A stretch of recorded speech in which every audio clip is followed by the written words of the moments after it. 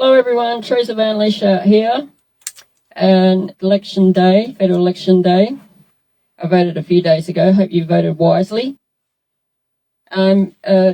Speech today is early evening, and I'm sitting in my travelling vehicle. I'm going to do it in here.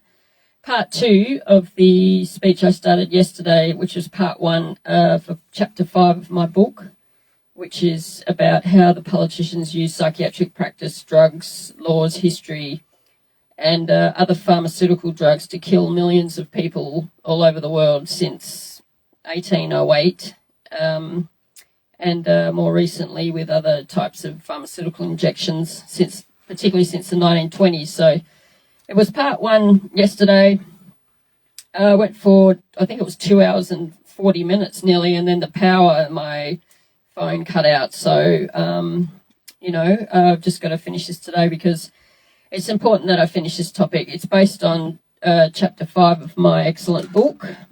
And chapter 5, there's 12 chapters in my book. Now, what I want to do with the finishing off of this topic, chapter 5, is I want to talk about how 3 main things.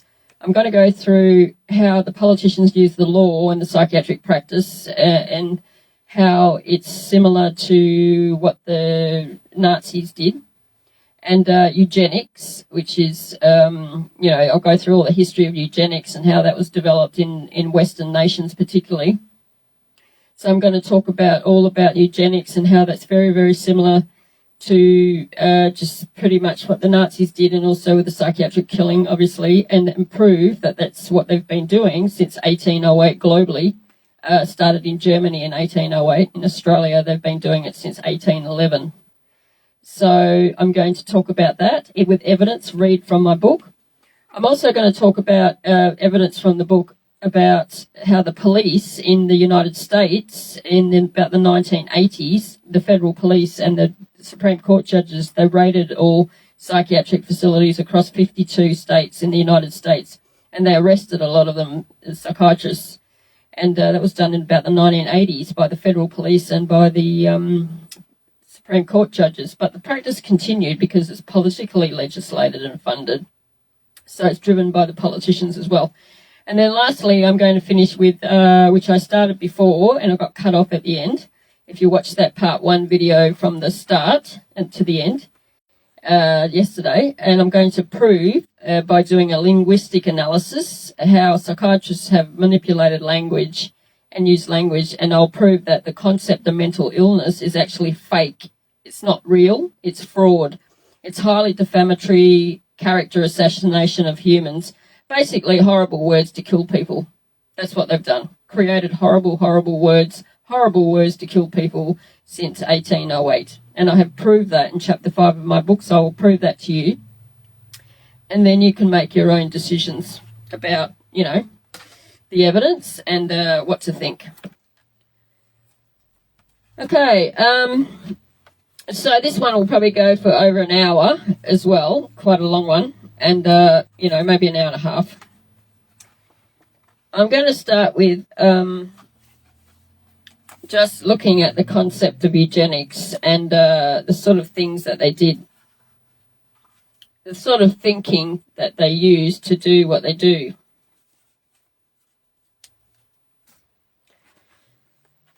All right, so much evidence, and not all the evidence has been presented in these videos because I can't cover it all from the book. That's why you write a book, for people to read the book and study the evidence and look at it and research and study, etc. You can't do that in a video.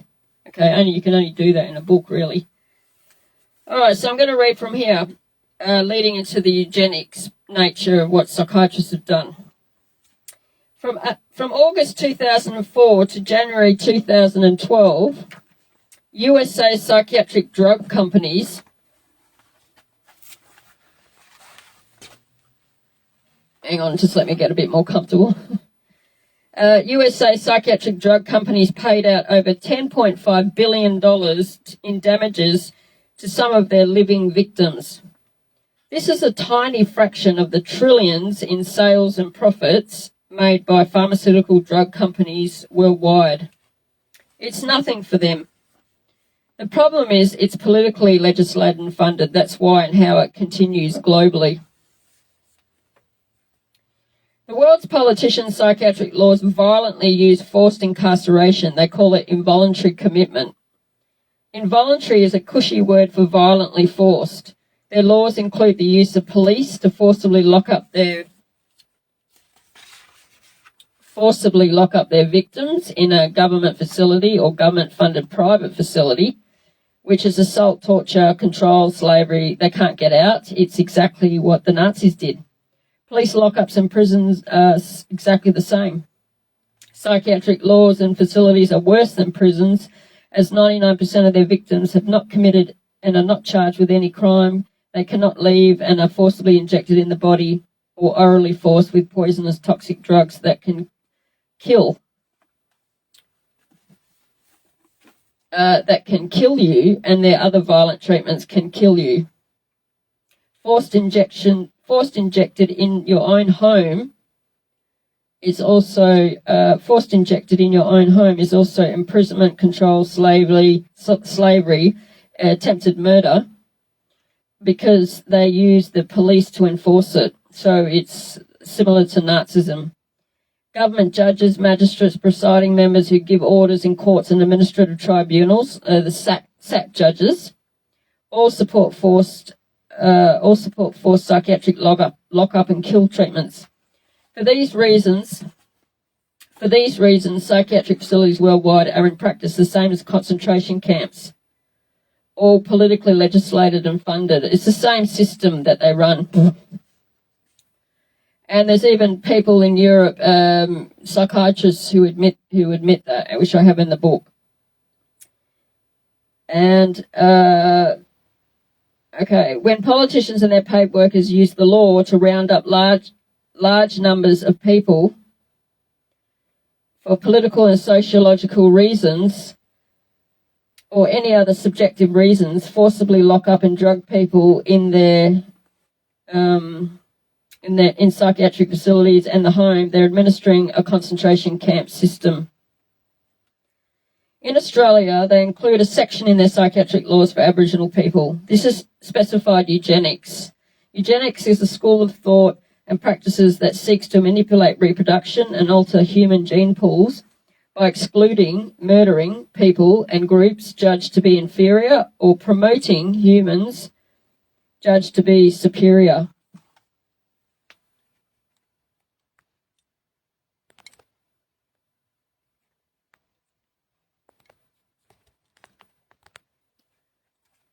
Okay, I was just fixing up the volume there.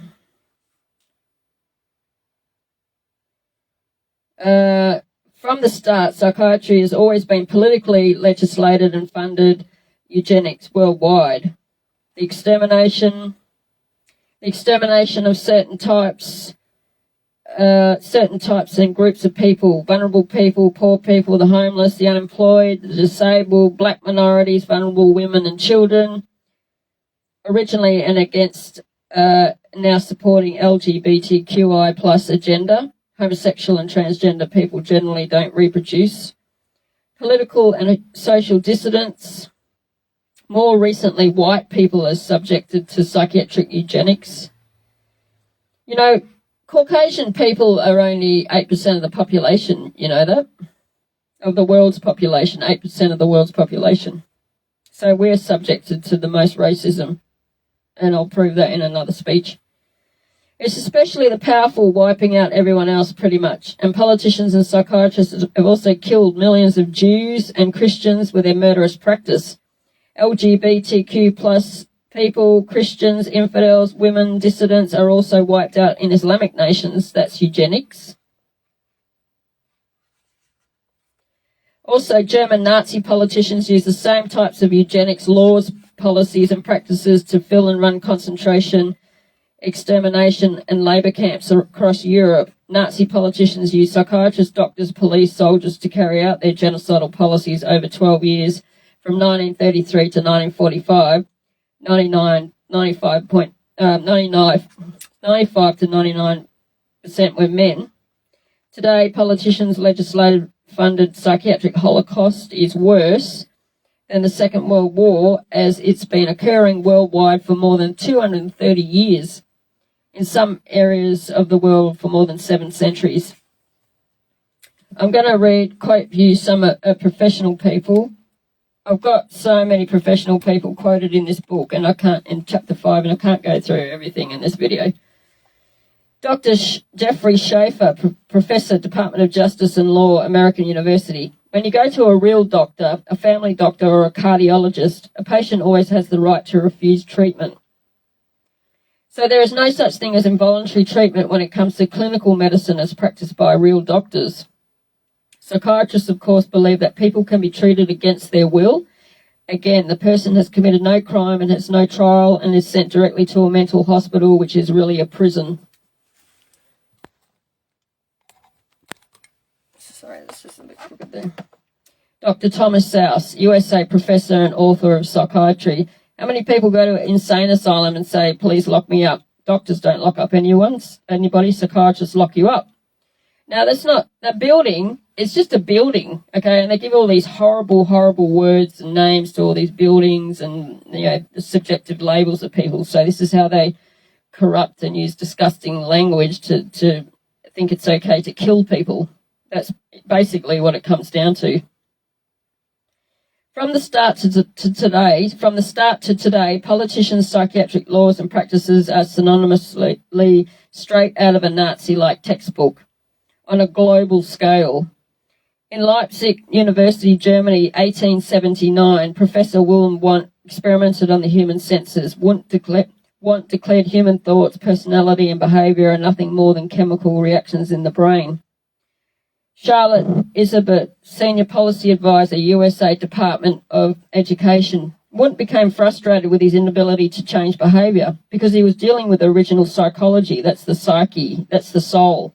He created a new science which is based on man being an animal without a soul, to be trained, not to be a thinker, but to be trained. The soul or spirit of the era was summed up by German philosopher Friedrich Nietzsche, 1882. God is dead, God remains dead, and we have killed him. That's a quote from Friedrich Nietzsche, 1882. On Russian animal experimental neurologist and psychologist Ivan Pavlov, Charlotte Isabert, Senior Policy Advisor, USA Department of Education. Pavlov studied Wilhelm Wundt in Leipzig, Germany in the late 1800s. He experimented with dogs with electrodes and stimuli response, denying privileges, denying rewards. Dr. Ty Colbert, author, Rape of the Soul. Pavlov noticed that when you brought out some food in front of animals, dogs in particular, that they would begin to salivate. So he'd ring the bell at the same time that he brought the food out, and then eventually, instead of bringing the food out, he just rang the bell. And of course the dogs got all excited. He called that a conditioned reflex. Pavlov's first human subjects were children. He punched holes in their cheeks to collect and measure their saliva, which is assault and torture. Dr. Garland Allen, Professor of Biology, USA Washington University. Pavlovian conditioning became one of the major foundations of a lot of behavioural science research in the 20th century. Dr. Samuel Blumenfield, USA author and educator. The behaviourists believe that all children are animals and can be treated as animals and trained as animals. This is the view of behaviourists. As a matter of fact, psychologist John Watson, the most famous of the behaviourists, say that you have to treat human beings and look at human beings the way you would look at the ox you slaughter. See, the behaviourist is not interested in what's up in your head or your soul because they don't believe there is a soul. American Harvard University psychologist Boris Frederick Skinner, 1958 to 1974, believed all behaviour could be manipulated to suit whatever end the behavioural psychologist or teacher was seeking. Dr. Martin Fierbeck, Professor of Clinical Psychology, California State University. Skinner developed what called operant conditioning, where he was able to demonstrate you can change animal behaviour by certain schedules of reinforcement, by giving them rewards at certain times. You can teach pigeons to play ping-pongs, for example, you can teach rats to run mazes, and you can teach human beings to seek certain economic or societal rewards. Dr. Philip Heinemann, Professor of Psychology, USA Temple University. Skinner could actually shape new behaviour patterns, and this was the sort of thing he quite soon became very famous for. Skinner's most notorious experiment was the Skinner box. Dr. Garland Allen, Professor of Biology, USA Washington University. He was designing the Skinner box, which was something like a big playpen, but everything in it's controlled. The temperature is controlled, the light's controlled, and so on. The idea is that you present children with certain stimuli that you want them to learn to react to. For a year, Skinner isolated his own small child, his daughter, in a box similar to those he built for rats. Dr. Samuel Blumenfield, USA author and educator. The child was stimulated and had to respond in a certain way, like a chicken or a rat in a cage, because they firmly believe that children are animals. If you believe, though, that a child is a human being, you can't train them like a rat. Psychiatrists apply the same evil, manipulative, narcissistic conditioning techniques developed by Wundt, Pavlov, Watson and Skinner. In January 1945, as World War II came to a close, the full horror of Hitler's final solutions is exposed. With grotesque killing factories, concentration camps, mass graves filled with corpses of men, women, children murdered by starvation, experimentation, beatings, bullets and poison gas. What could drive men to commit such atrocities against their fellow human beings? Politicians, psychiatrists, doctors, police, soldiers who believed and practiced eugenics did. Francis Galton was the cousin of British biologist Charles Darwin. Dr. Elof A. Carlson, Professor Emeritus, Department of Biochemistry, USA, Stony Brook University. The eugenics movement got started in 1883 with British psychologist Francis Galton. He felt that human beings should take evolution into their own hands and that the most talented individuals, the most healthy individuals, and the most attractive individuals should have more offspring. Dr. Sammy Timmy, USA child psychiatrist whistleblower. There was a great concern that people they considered had poor genes were reproducing faster than the people they considered had good genes. Dr. Elof A. Carlson, Professor Emeritus, Department of Biochemistry, USA, Stony Brook University. They felt that a medical solution might be the proper one, that this is what led to the sterilisation movement. Dr. Colin Ross, Canadian psychiatrist, director, Ross Institute, quote, "It resulted in the sterilisation of mentally ill people, the sterilisation of retarded people, the sterilisation of people we don't like politically and sociologically. So the problem is not with genetics, the problem is a pretend phony genetics used to justify inhumane social policies." As I said, later on I'll prove that the words mental illness are fake. It's not an illness. Okay, there's no such thing as mental illness. It's bullshit. It's character assassination of humans to kill people. That's it. All right, there's a lot more to it than that, and I'll prove how it's fake later. With the linguistic analysis that I did on all their labels and the words. By the early 20th century, eugenics theories, practices and organisations had developed in more than 30 nations worldwide, in South America, North America, Europe, Asia, Africa, Australia, New Zealand, where forced and voluntary sterilisation was widely practiced. It continues in some countries today. From the 1930s to the 1980s, Japan, Canada, Sweden, Australia, Norway, Finland, Estonia, Slovakia, Switzerland, Iceland, politicians enacted laws providing for the coerced and forced sterilisation of mentally ill, disabled persons, which is labelled as subjective and erroneous. Racial minorities, alcoholics, and people with specific illnesses. Between 1934 and 1976, Sweden's politicians and their paid workers nefariously forcibly sterilised roughly 63,000 people because they were economically poor or poorly educated. In June 2023, Euronews reported Kjell Sundstedt's family had never talked about the darkest moment in their history. It was a secret no one dared to talk about. Society was ashamed people had been forced to be sterilised in Sweden. says the 71-year-old filmmaker. It's the dumbest thing. It's the dumbest thing in the world to sterilize your own people. That means you don't want them to reproduce and have children. It's just the most evil, dumbest thing that you can do to people.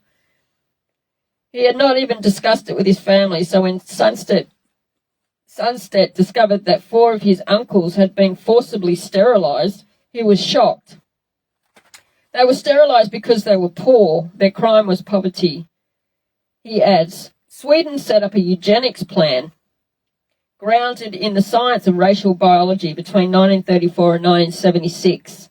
Victims were young and mostly female, judged to be feeble-minded, rebellious, or mixed race. Swedish authorities believed they were creating a society that would be the envy of the world. They wanted to get rid of certain types of people, the weaker ones, said Sunstedt.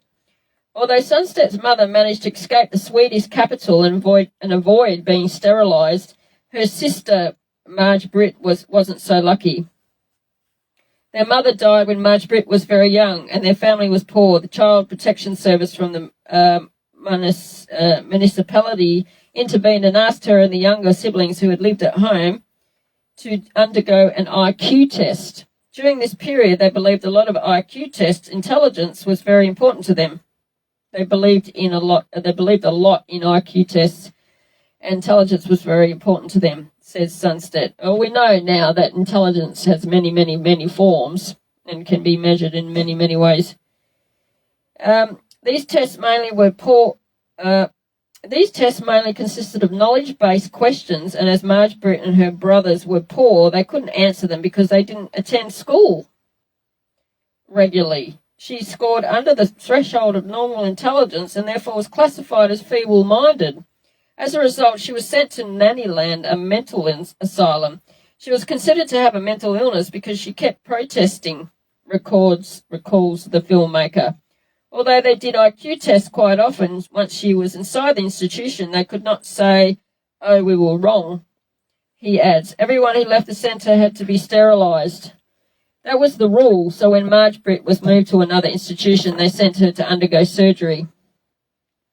There's a lot in there about just in a sterilisation program that they practice in Sweden, as I said, and I went through that whole article.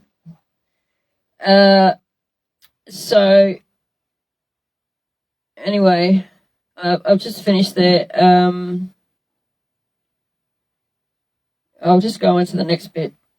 More recently, 2017, BMC Public Health Reviews, coerced and forced sterilisation of marginalised women is documented in countries in North and South America, Europe, Asia, Africa, including Chile, Czech Republic, Dominican Republic, Hungary, India, Italy, Kenya, Mexico, Namibia, Peru, Portugal, Slovakia, South Africa, Spain, Swaziland, USA, Uzbekistan, Venezuela. The force or coercion of sterilisation primarily takes the following forms. 1. The women's consent was obtained under duress. 2. The consent was invalid due to inaccurate and insufficient information. 3. The women's consent was not obtained. In the early 20th century, medical and other proponents argued for coerced and forced sterilisation on the grounds of their perceived hereditary and genetic defects in other people. In the late 20th century, overpopulation was added as a reason for forced sterilisation. Forced contraception is a form of sterilisation.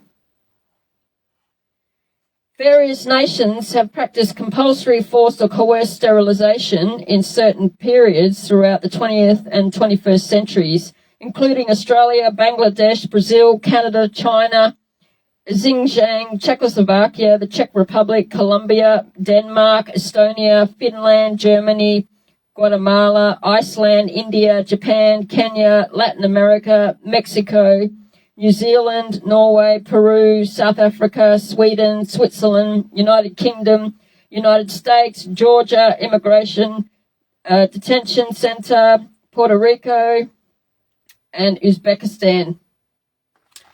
By the end of the end of World War II, 1945, Nazi German politicians' government had forcibly sterilised 400,000 men and women using over 200 hereditary health courts. Over 800,000 men and women in Japan had been forcibly sterilised, and 11,000 women in Finland. Sterilisation of women has the highest rates in the Dominican Republic and India. In 2013, 24 countries in Europe required sterilisation for legal gender recognition, transgender people, proving it's eugenics. Under international law, supposedly Article 39 of the 2011 Istanbul Convention, Council of Europe Convention, on preventing and combating violence towards women and domestic violence, prohibits forced sterilisation in most European nations. And the 2002 Roman Statute of the International Criminal Court in 2024 had 124 member states, recognises that widespread and systematic forced sterilisation is a crime against humanity. Despite this, however, forced sterilisation of women with subjectively labelled disabilities in Europe is still today legal and practiced under national laws. It's only criminalised in 9 out of 28 European Union nations. As I said, the dumbest thing to do is sterilise people. More than 13 nations, Bulgaria, Croatia, Cyprus, Czechia, Czechoslovakia, or Czechia, I'll have to double check that, Denmark, Estonia, Finland, Hungary, Latvia, Lithuania, Malta, Portugal, Slovakia permit some form of forced sterilisation. In 2023, most nations on earth legally permitted sterilisation in some form other than Guatemala, Myanmar, Rwanda, Saudi Arabia, Sudan, Venezuela.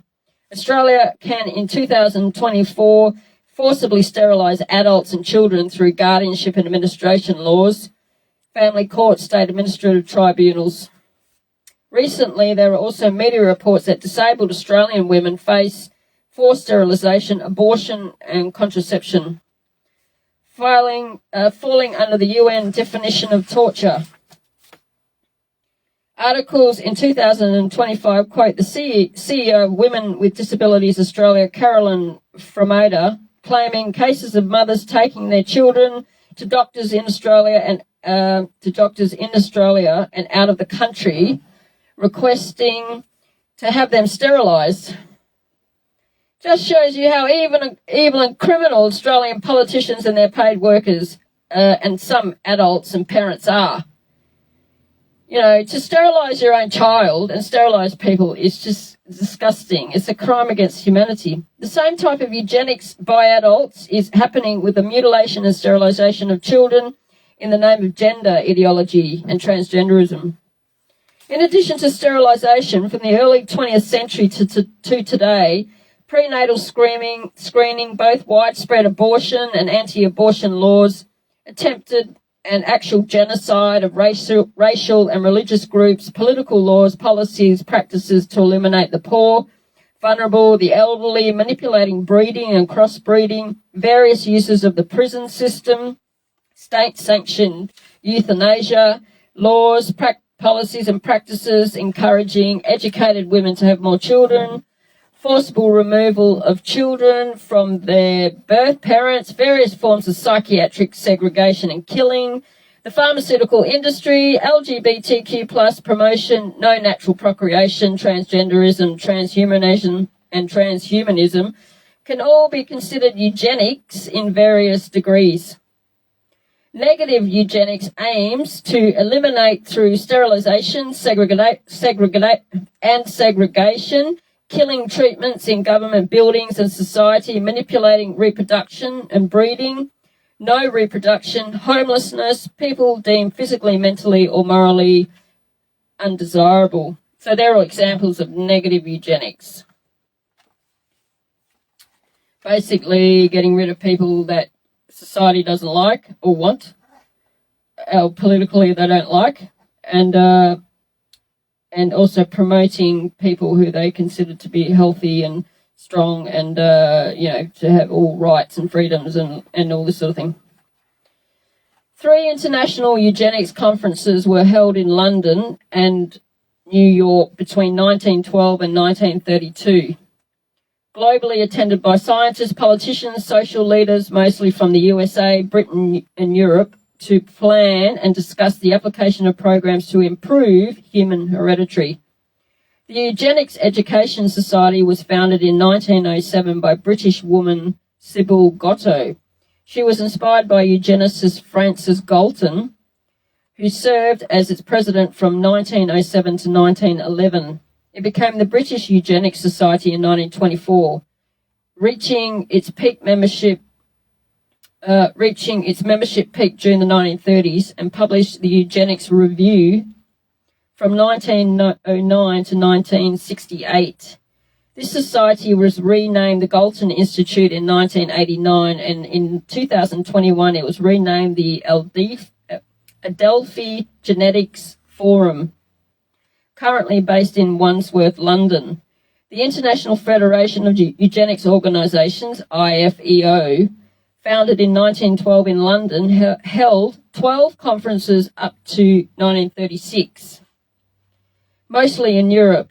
By their 1934 meeting in Zurich, IFEO had representative organisations and individuals from Argentina, Belgium, Cuba, the Dutch East Indies, England, Estonia, France, Italy, Germany, South Africa, Switzerland, and the United States. A less negative breakaway group, the Latin International Federation of Eugenics Organisations, conducted its first meeting in 1935, with representative groups from Argentina, Brazil, Catalonia, France, Mexico, Portugal, Romania, Switzerland. Sweden and Russia also practiced widespread eugenics throughout the 20th century. The IFEO emphasised negative eugenics to eliminate the unfit from society through forced sterilisation, reproduction laws, psychiatric segregation and practices. Their public rhetoric was increasingly more violent during the 1930s, particularly with German eugenicists' influence. Swiss-born German psychiatrist and eugenicist Ernst Rudin became IFEO's president in 1932, replacing USA biologist Charles Davenport. In June of 1933, Rudin, physician Alfred Plotz, Arthur Gutt, Henrik Himmler, Fritz Thyssen, Fritz Lenz, Friedrich Bergdorfer, Walter Darrer, Hans Gunther, Charlotte von Hedelen, Bodo Spiethoff, Paul Schultz Nomberg, Gerard Wagner, Balder von Schirach formed the expert committee on questions of population and racial policy, ECQPRP, under the authority of Nazi Reich Interior Minister Wilhelm Frick. Based on the ECQPRP eugenics policies, Nazi politicians enacted the Law for the Prevention of Hereditary Disease Offspring in January 1934. In September 1935, their racist and anti-Semitic Nuremberg laws were enacted to protect German blood and citizenship and exclude all others from German society. The Nazi Party Office of Racial Policy was formed in November 1933. Their eugenics and racial laws, policies and practices resulted in the Holocaust of Jews, the disabled, political dissidents and opponents, and everyone else they hated for political, racial and sociological reasons across Europe up to 1945. In 1904, Rudin was appointed co-editor-in-chief of the Archive for Racial Hygiene and Social Biology. In 1905, Rudin and Plotz, that's Alfred Plotz, he was a physician, co-founded the German Society for Racial Hygiene. In a 1934 speech to this society, Ernst Rudin stated, quote, "The significance of racial hygiene did not become evident." I'll read that again. "The significance of racial hygiene did not become evident to all aware Germans until the political activity of Adolf Hitler and only through his work has our 30-year-long dream of translating racial hygiene into action finally become a reality. Rudin consistently argued for, designed, justified and funded the mass sterilisation and clinical killing of adults and children in Germany, officially joining the Nazi Party in 1937. Rudin co-directed the German Institute for Psychiatric Research in Munich under psychiatrist Emil Kraepelin, funded by the American Rockefeller Foundation and, ironically, Jewish-American banker James Loeb. From 1935 to 1945, Rudin was president of the Society of German Neurologists and Psychiatrists, GDNP. His research also received funding and manpower support from the German National Socialists. In 1939, on his 65th birthday, Rudin was awarded a Goethe Medal for Art and Science, handed to him personally by Adolf Hitler, who honoured him as a pioneer of the racial hygiene measures of the Third Reich. In 1944, Rudin received a bronze Nazi Eagle Medal, with Hitler calling him the pathfinder in the field of hereditary hygiene. The increasing international interest in eugenics spurred the Carnegie Institute of Washington in 1904 to create the Station for Experimental Evolution at the Cold Spring Harbor Laboratory, New York, created by geneticist Albert Blakesley and biologist Charles Davenport in 1890.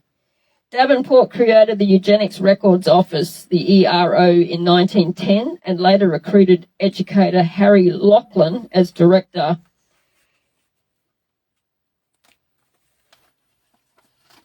In 1906, physician John Kellogg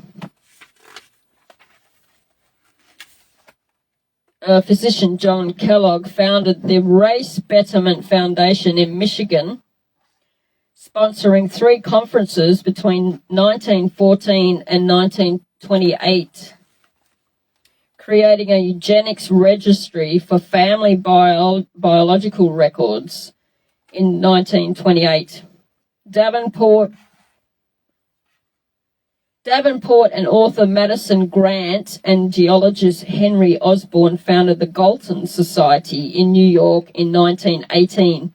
Grant's 1916 eugenics book, The Passing of the Great Race, later became Adolf Hitler's personal Bible. The American Eugenics Society, established by Davenport, Grant, Laughlin, and biologist Henry Crampton, Yale professor Irving Fisher and Osborne, ran from 1922 to 1972, promoting eugenics education programs for the USA public. It later became the Society for the Study of Social Biology, and then the Society for Demography and Social Biology, disbanded in 2019. These eugenicists and their organisations vigorously advocated for and promoted forced sterilisation, birth control, selective breeding, psychiatric segregation and extermination practices, marriage prohibitions,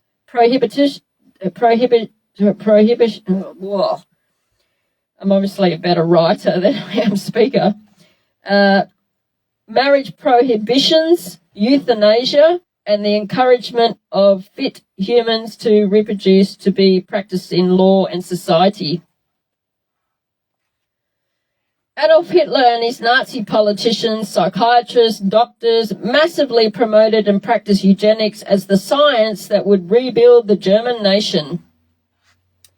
To enact their Holocaust laws, policies and practices, Hitler studied, approved of, wrote about and publicly praised eugenics leaders in the USA and across Europe. He enacted letters, policies, organisations, laws based on it. Roughly 300,000 people were murdered, including children, under their Action T4, Tiergarten Strab 4 forced euthanasia program alone in psychiatric facilities across Germany, Austria, Poland, Bohemia and Moravia. An attempt to relive An attempt to relieve the overcrowding of psychiatric hospitals, in fact, played a significant role in Germany's decisions to institute compulsory sterilisation and later the killing of psychiatric patients. Hitler's letter authorising the program to kill, quote, mental patients was dated the 1st of September 1939, the day German forces invaded Poland. Although the program never officially became law, Hitler guaranteed legal immunity for everyone who took part in it. The source there, Torrey and Yolkin, 2010. Hitler's 1st of September 1939 letter, quote, Reich leader Bowler and Dr. Brandt are entrusted with the responsibility of extending the authority of physicians to be designated by name so that patients who, after a most critical diagnosis on the basis of human judgment, are considered incurable, can be granted mercy death. Quote, that's from Adolf Hitler. Their Action T4 program continued openly and in secret from 1939 to 1945.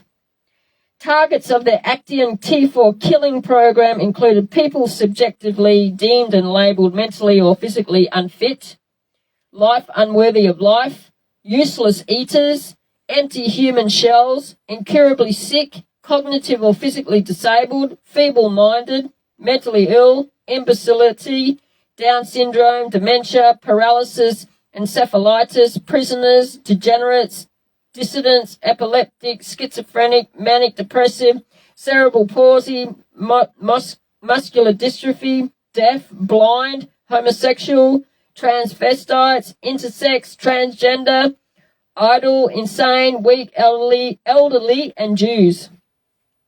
Reasons given were eugenics, racial hygiene, and saving money. They called them killing centres. Euthanasia or extermination centres such as the Hadamar Clinic, the Halftham Killing Facility, Bernberg, Brandenburg, Grafenneck, and Sonnesten Euthanasia Centres. Amspiegel, Grun Clinic, Grugging, and other facilities across Germany and Poland. They were psychiatric facilities. How did they kill them? Question mark. Lethal poison, toxic chemicals, injections such as phenol, gas poisoning, bottled pure carbon monoxide gas poisoning, gas chambers and vans, physical abuse, diseases, starvation, shootings. Mostly psychiatrists were driving their Action T4 killing program. Alfred Hosch, Heinrich Gross, Werner Hyde, Karl Schneider, Max de Krinis, Paul Nietzsche, Ernst Ruden, Kurt Prolisk, Frederick Pantz, Werner Villinger, Hans Bergenprinz, and physicians, chemists, politicians, Adolf Hitler, Heinrich Himmler, Franz Schwade, Wilhelm Frick, Hans Lammers, Gerhard Wagner, August Becker, Leonardo Conti, Victor Brack, Karl Binding, Albert Widman, Karl Brandt, Philip Bowler, Alfred Plotz, Frederick Tillman, Horst Schumann, and more. From 1933 to 1945, Nazi politicians, psychiatrists, doctors, soldiers, police, scientists, chemists, administrators, etc. operated more than a thousand concentration, extermination, death, and labour camps, ghettos, mass shootings, massacres, mass graves, administered on exactly the same model as the Action T4 killing program. Senior politicians and SS leaders held their 1C conference in January 1942 to enforce with political government leaders and departments their final solution to the Jewish question, to deport the remainder of Europe's Jews for extermination in concentration and other camps. Nazi politicians and their government workers killed roughly 6 million Jews, including children and more than 6 million other people, Soviet and other prisoners across Europe, prisoners of war, ethnic minorities like Polish, Romani, Serbians, foreigners in Germany under forced labour if they broke Nazi rules like eating nutritious food or having sex with German women. They were mostly shot, hung, or sent to camps.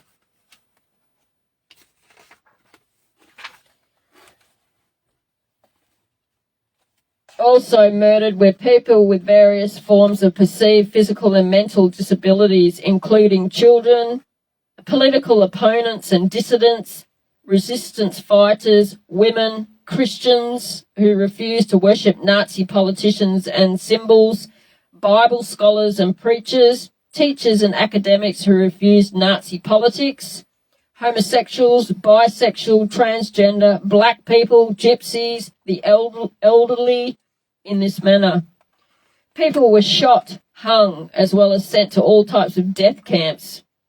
Most of the strategies used to kill included death by transportation trains and gas vans, beatings, other physical violence, torture, starvation, gassing and gas chambers, typically Zyklon B, cremation, exposure to cold, shooting, work to death, dog attacks, throwing people over cliffs, death marches, diseases like dysentery, typhus, all forms of other sickness, hanging, death by experimental medical surgeries, treatments, other experiments like removing body parts, radiation burns, sterilization procedures, bone grafting experiments, sulfur drug testing, drinking seawater experiments on twins and children.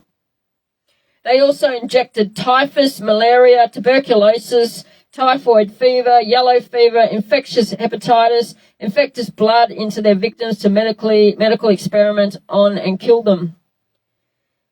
Bad sleeping, bad sanitary conditions, lethal injections including hydrogen perhydrol, ether, hydrogen peroxide, benzene, Evapan, phenol, morphine. Some of the psychiatrists and doctors kept the brains and body parts of their murdered victims for study and research purposes. That's all public information from sources I gathered from around the world, medical sources and other historical records and sources and just all sorts of research literature. I just put it all together, create the evidence, and that's what good researchers and writers do. And academics and scholars and all that, which they should just give me a doctorate for this book, really, straight away. The exact same eugenics philosophies, promotion and similar practices have been used in politically legislated and funded psychiatry all over the world for more than 230 years. Before 1808, psychiatrists were called alienists and their victims aliens. Academics and researchers say Francis Galton started the eugenics movement in 1883. Yet we know that politically legislated and funded psychiatric death practices have always had the same eugenics intentions, practices and result. To defame, stigmatise, isolate, incarcerate in buildings and the home, Nazi-type use of police to round up, control, enforce dangerous violent treatments and drugs to assault, torture, kill certain types of people they subjectively deem worthless, useless, inferior, subhuman, and a problem to those in power and society in general. Today, all organisations, medical and otherwise, have published and admit that people under psychiatry die on average 10 to 25 years younger than the general population. That's because they kill people with their treatments and practices.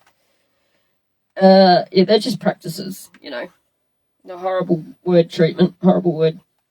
If you type into Google how many people killed by psychiatry worldwide, various sources say roughly 8 million deaths every year, 14.3% of the total deaths worldwide. A source is mortality and mental disorders, and mortality meaning death. Mortality and mental disorders and global disease burden implications, a systematic review and meta-analysis, 2015. E.R. Walker, R.E. McGee, B.G. Dross, Georgia, USA. ncbi.nlm.nih.gov and jamanetwork.com. If we apply that to the past more than 230 years, it's a Holocaust greater than the Second World War. It's exactly what Hitler and his Nazi politicians did. death laws, policies, practices causing death. The only difference I see is psychiatrists outside the German Holocaust kill their victims at a slower rate, generally speaking, yet it's global over a much longer period of time, so the damage death is greater. It's definitely from the start today a killing machine of massive Holocaust proportions. Most of the world's politicians are similar to Hitler in this regard. Furthermore, various researchers put the death toll for World War II in total at 70-80 million people, about 3% of the 2.3 billion estimated world's population at the time. And then I quote just the various people, professional people, doctors and professors and some of the murderers. I quoted what they said. Dr. Don Schwartz, professor of history, California State University, USA, Long Beach, quote, "The eugenics movement in Germany was somewhat different than the eugenics movement in the United States in that there were many more physicians and psychiatrists. Alfred Plotz was one of the pioneers of the German eugenics movement on how to control the population of those he considered inferior. In 1905, along with his brother-in-law Ernst Rudin, Plotz established the first organization for racial hygiene.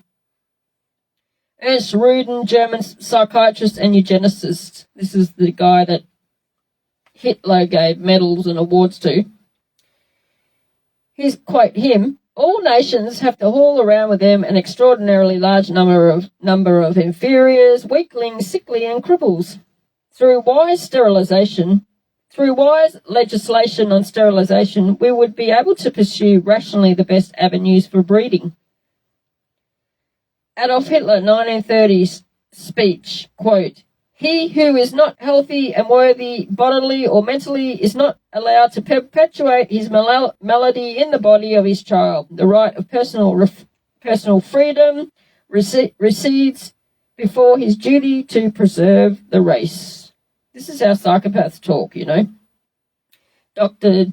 Don Schwartz, professor of history, California State University, USA, Long Beach. Quote, "The German eugenicists welcomed the Nazi advent to power because the Nazi program could fund the very programs that they had in mind. The Nazis gave them political support, financial support, and conversely, the psychiatrists gave the Nazis a medical justification for their genocidal policies." Just let that one sink in for a bit. Dr. Craig Nunes, author, editor, psychologist, Journal of Critical Psychology, Counseling, Psychotherapy. Quote, "Something like 40% of German psychiatrists had joined the SS, Nazi protection squads, by 1933. They weren't forced into the SS. They joined it naturally because the beliefs were very, very similar." Dr. Don Schwartz, professor of history, California State University, quote, "Rudin and his work led directly to the decision to move from sterilization to murder." Dr. Michael Barenborn, professor, author, filmmaker and Holocaust scholar, quote, "It first started with passive violence, which is starvation. It then intensified to lethal injections, and finally it developed into systematic gassing and cremation. The T4 program was named after Tiergarten 4, which essentially resulted over a period of time in the murder of about 70,000 people who were deemed mentally retarded, emotionally distraught, or physically handicapped by the Germans, who were called life unworthy of living. Researchers, historians, academics put the Actian T4 and Actian T4 and Actian 14F13 Nazi euthanasia killing program at between 70,000 and 300,000 deaths across Europe between 1935 and 1945. Between 1933 and 1945, as a 12-year period, including more than 5,000 children. Adult euthanasia today is virtually the same, other than consent. which is really politicians and their death doctors statistically preying on the vulnerability of people.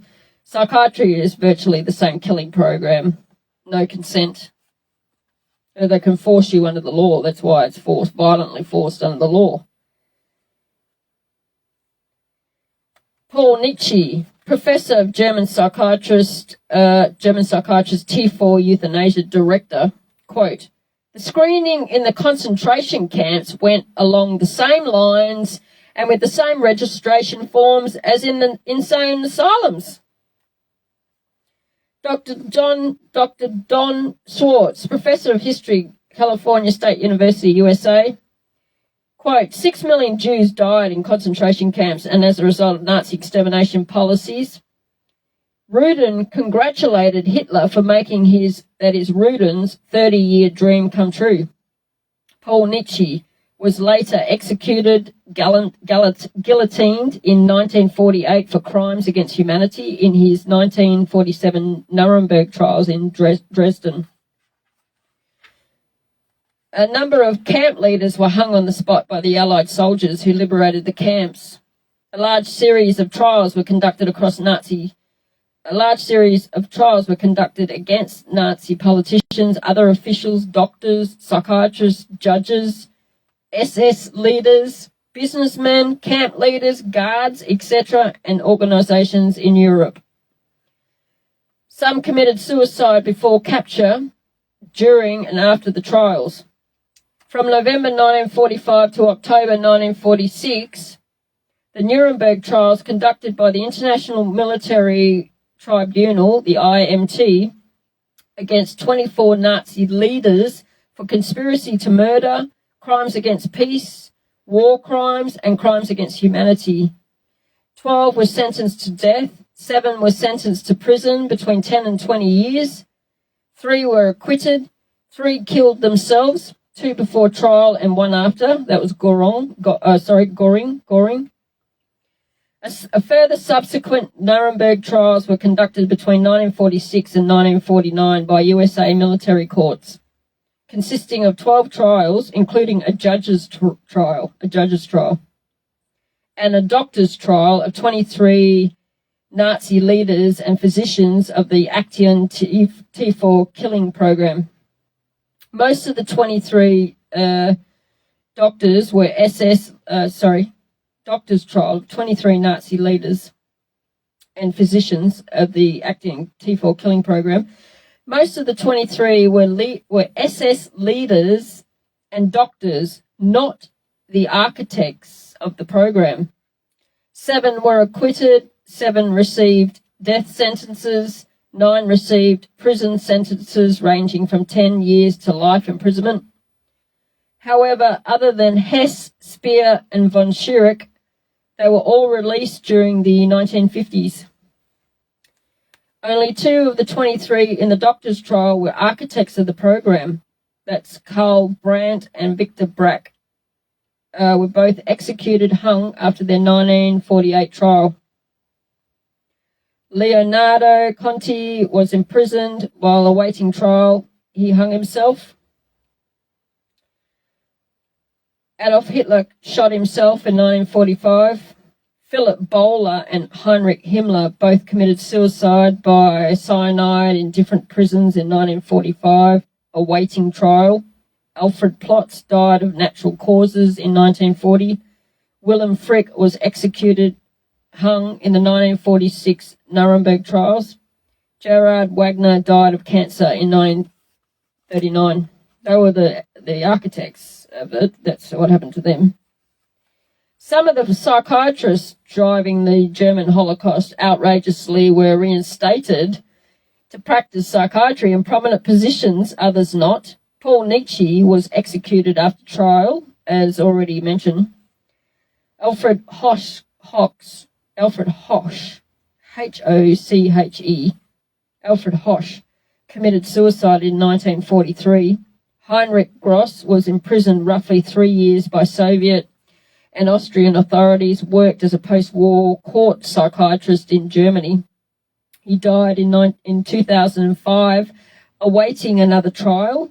Werner Hyde was imprisoned until 1947. He escaped, changed his name, also worked as a post-war psychiatrist, including as an expert court witness until 1959, when he was again in prison, hung himself in prison awaiting trial in 1964. Carl Snyder hung himself in prison awaiting trial in 1946.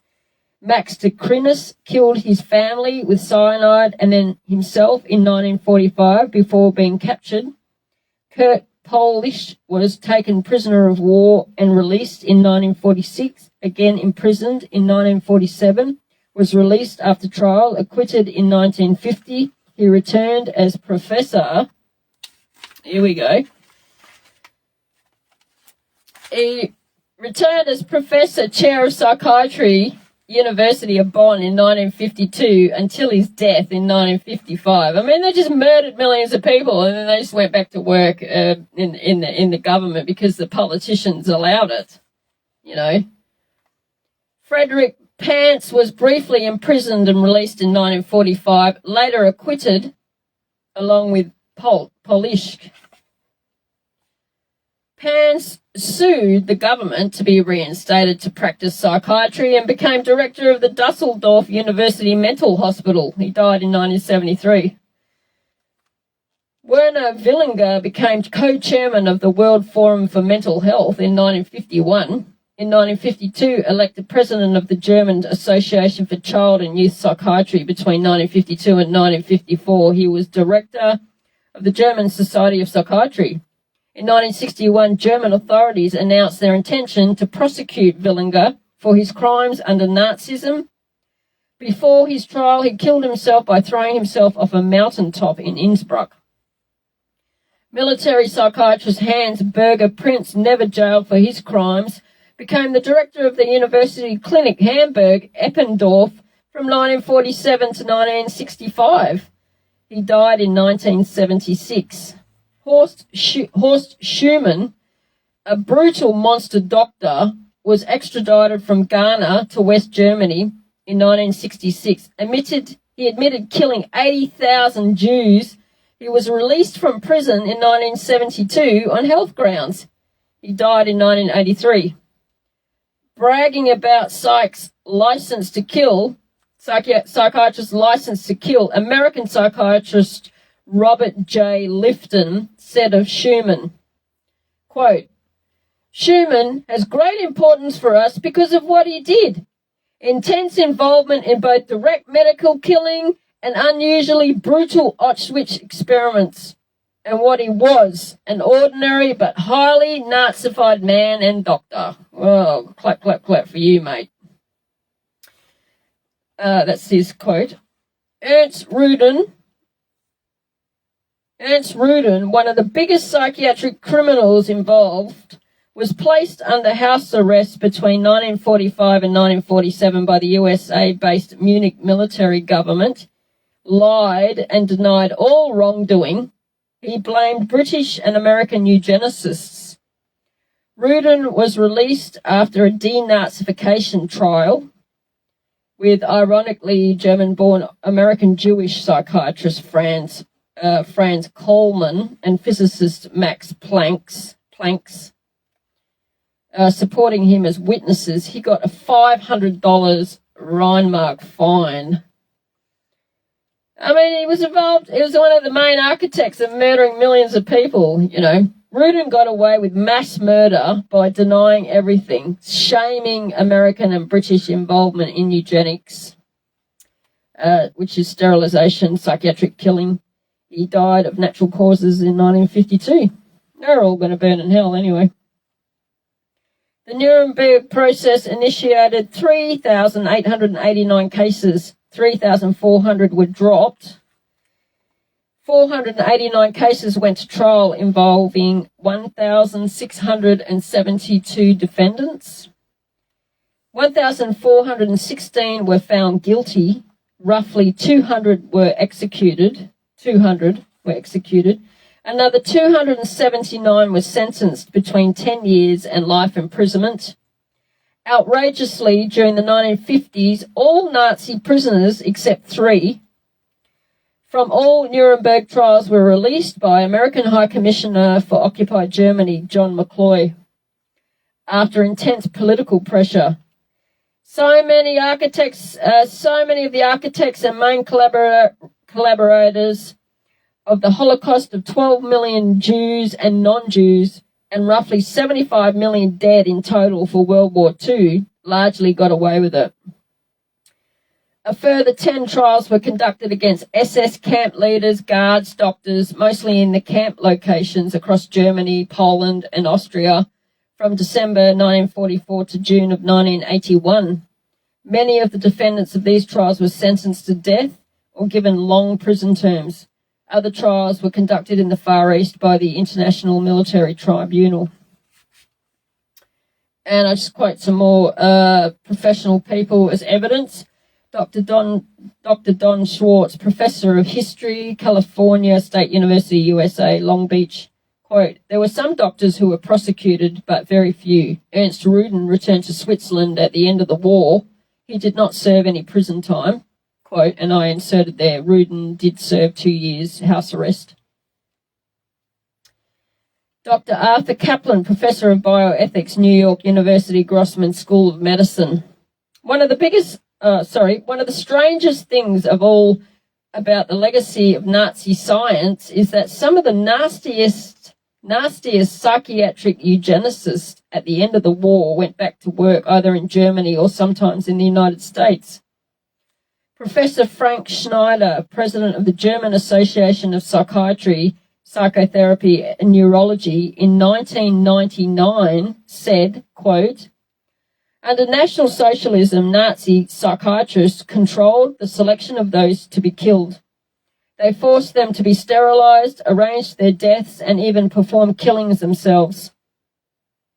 Psychiatrists abused and killed vast numbers of people. Well, that's what he said.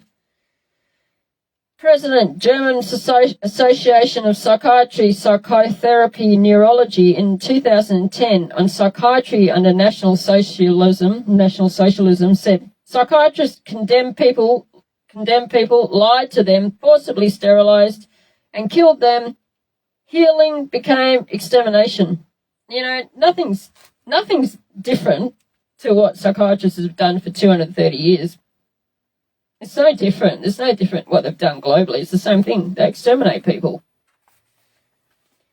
Dr. Barry Myler, PhD, Professor of Humanities, USA, Ferris State University. After World War II, a new eugenics was resurrected out of the bones of the ashes of the old eugenics. The eugenics movement has been at the forefront to establish a new scientific racism that justifies oppression, exploitation, and racism. The entire history of psychiatry, beginning with scientific conclusions that were made in the 1830s, was an effort to prove the intellectual inferiority of African Americans. Dr. Lisa Kane, Professor of Psychology, Los Angeles Community College. Quote, Benjamin Rush is the father of modern psychiatry. He is the one who gave us the term nigritude and said all blacks have inherited this disease, and this particular disease, it caused them to be inferior. In addition to that, it was the reason why it was very important blacks remain segregated and separated from whites so that whites did not inherit this disease. So these academics are obviously critical of this racist thinking. Rush asserted that negritude was a form of leprosy. He justified segregation as a medical necessity, and that became an argument to continue slavery. Earl Ofari Hutchinson, USA author and syndicated columnist. The fact that you have brutalized a whole group of people had nothing to do with that. It had everything to do with some genetic link that basically you were just a diseased person. So when a slave master wanted to get rid of a recalcitrant slave, they could just say, oh, they're suffering from this disease. Dr. Lisa Kane, Professor of Psychology, Los Angeles Community College. Drapetomania, that is the name of the mental disorder contrived by Samuel Cartwright, who said that blacks had a mental disorder if they had a desire to run away from slavery. Dr. Russell Adams, author, Professor Emeritus, African American Studies, Howard University, Washington. Quote, slaves running away became such a common problem that psychiatrists attempted to give that a disease. They said there's a cure for that. The question was, what's the cure for that? Frequent whippings. You'd be surprised how that disease clears up when the lash is put in place of their excuses. Dr. W.N. Bevis, psychiatrist, American Journal of Psychiatry, quote, the alien ancestors of this race, quote, black people, were savages or cannibals ill-prepared for higher civilization. Dr. Barry Muller, PhD, Professor of Humanities, USA, Ferris State University. There is a clear, long, intimate connection between the eugenics movement and the Ku Klux Klan. Harry Laughlin, who was the Carnegie Institute's director of the Eugenics Record Office from 1910 to 1939, had close relationships to the Ku Klux Klan through the publication of a book called White America, which was written by a major Klan leader, Ernst Sevier Cox. So Laughlin wrote a glowing review of the book in the Eugenics News, and at the same time you have the Ku Klux Klan using eugenics to justify their racist goals.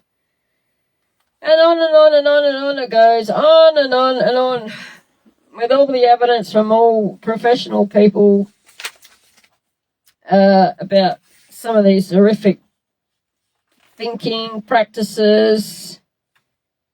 The Soviet Union, other nations have got in here.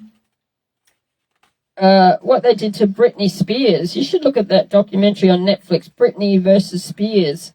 Very, very incredible, actually. I wrote all about that in my book, Chapter 5. They just about destroyed her and stole a lot of her wealth and all this sort of stuff. Now, I'll just go through the media reports about the federal police in the United States and the Supreme Court judges. They raided psychiatric facilities across 52 states in the 1980s, and they arrested a whole bunch of psychiatrists for murder, rape, fraud, stealing, all this sort of thing. Media reporters, USA, in the 2006 documentary, quote, the FBI, Federal Bureau of Investigation, has raided the headquarters of one of the nation's largest operators of psychiatric hospitals.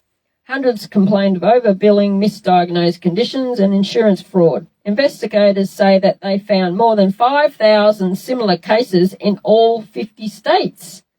Psychiatrists are clearly getting rich. Psychiatrists traded drugs for sex, filed false insurance claims, and exploited patients sexually. FBI investigator, quote, we have uncovered some of the most elaborate, aggressive, creative, deceptive, immoral, illegal schemes being used to fill empty hospital beds with insured and paying patients. That's unquote. The USA police and judges, USA police and Supreme Court judges jailed hundreds of psychiatrists in this period for murder, fraud, rape, etc. They did an excellent job. Yet the practice continued because it's politically legislated and funded. It's done by the politicians. It has to be abolished, most of them jailed along with the politicians doing it. So there's so much more evidence, obviously. So much more evidence. Now what I'm going to do is I'm going to just finish with analysis, part of the analysis that I did on how the words mental illness is fake. It's character defamation of humans to kill people, to kill humans. It's all fake, and I'll prove that. Now, I read some of this in the first video, but I'm just going to go over it because it's really important. This is really important, and then finish it. We need to examine how psychiatrists and their predecessor death doctors, alienists, and surgeons have used subjectively invented, corrupted, manipulated language to create a Holocaust. I will now prove to you that concept mental illness does not exist. It's fake, lies, gross defamation, erroneous fraud, and 100% subjective. Also, the word and practice of psychiatry is fraud, fake, and dangerous. The word mental derives from the word mind. The word mind in Hebrew is levav, which means heart, is the center of human thought and spiritual life. refers to one's mind, thoughts, inner person, will, and understanding of the heart. In Hebrew, mind is also translated moach, meaning brain, intelligence, or marrow, and relates to the word koach, meaning strength, power, or ability. In Hebrew, mind also translates as opinion, view, knowledge, wisdom, insight, soul, psyche, person, spirit, life, consciousness, wind, breeze, air, thought, thinking, think, idea, conception, memory, memorial, remembrance, recollection, reminiscence, intelligence, intellect, reason, brain, wit, heart, conscience, center, middle, rooster, remember, recall, keep in mind, bear in mind, recollect, reserve, keep guard, keep an eye on, take care of, be careful, beware, look out, watch, pay attention, notice, take care, attend. This is all based on a linguistic analysis of the words they're using. Mark, regret, be sorry, grieve, be afraid, sorrow, resist, oppose, object, be against, rebel, care. The word mind in Greek is translated nous and dynoa, meaning thinking through, thinking over, understanding, seat of understanding, sentiment, reflection, knowing, reasoning, feeling, divine or human, in thought, feeling or will, deciding, counsels and purposes of the mind, human soul. The word soul in Hebrew is nefesh, also nefesh, neshama, ruah, and translates as breath, living being, living soul, living human, immortal soul, life, creature, throat, breathing, eating, drinking, himself, herself, mind, appetite, persons, whole person, life force, yourself, the source of good inclination, every fiber of my being, a whole person with consciousness, desires, needs, and emotion. The Greek word for soul is psyche, S-P-S-Y-C-H-E, P-S-U-C-H-E, and P-S-Y-K-H-E, meaning breath, mind, life force, spirit, physical life of a person, the soul as the seat of attitudes, emotions, feelings, affections, personality, thoughts, the soul regarded as a moral being designed for everlasting life, the soul as an essence for which differs from the body and is not dissolved by death, the core of one's life, whole in our soul, understanding, invisible, animating principle or entity which occupies and directs the physical body. Latin for psyche is animating spirit, the human spirit or mind.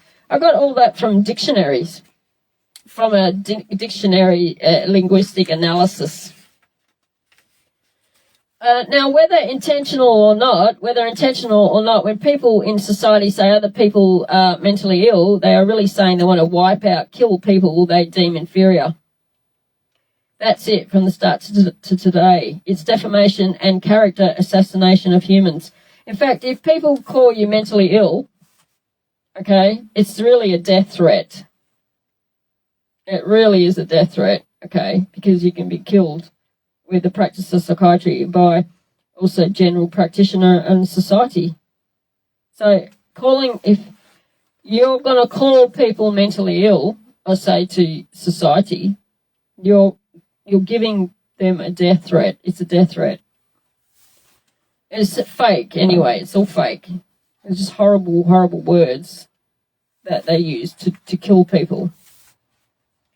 The word psychiatry is derived from the Greek word psyche, meaning mind, soul, spirit.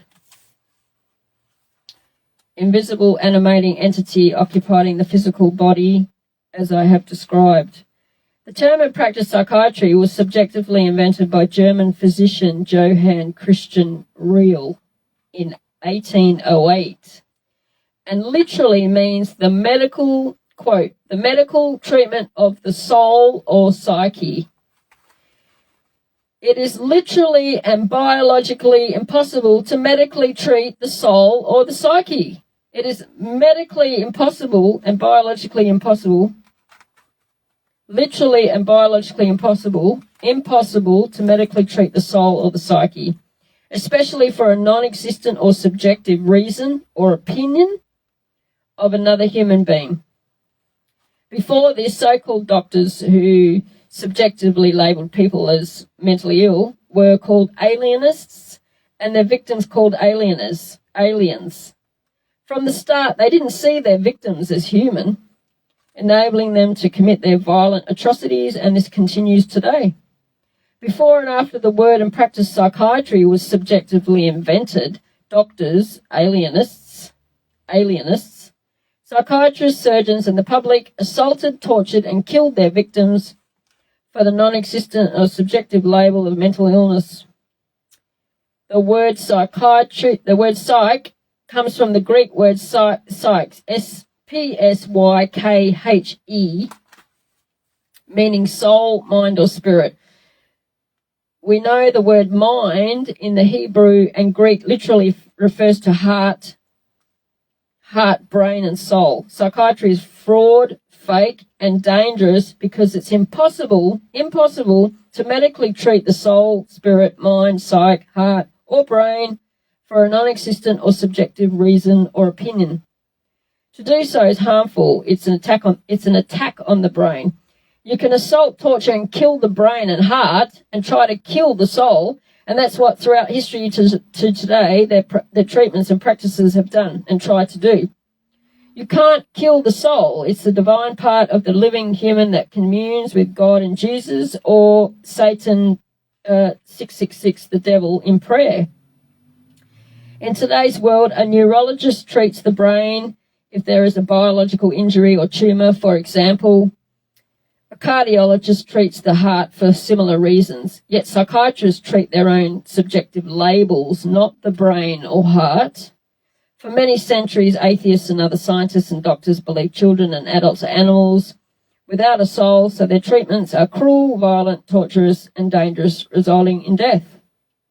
According to the above semantic analysis, the term mental in mental health is derived from the word mind, which is the brain, heart, and soul.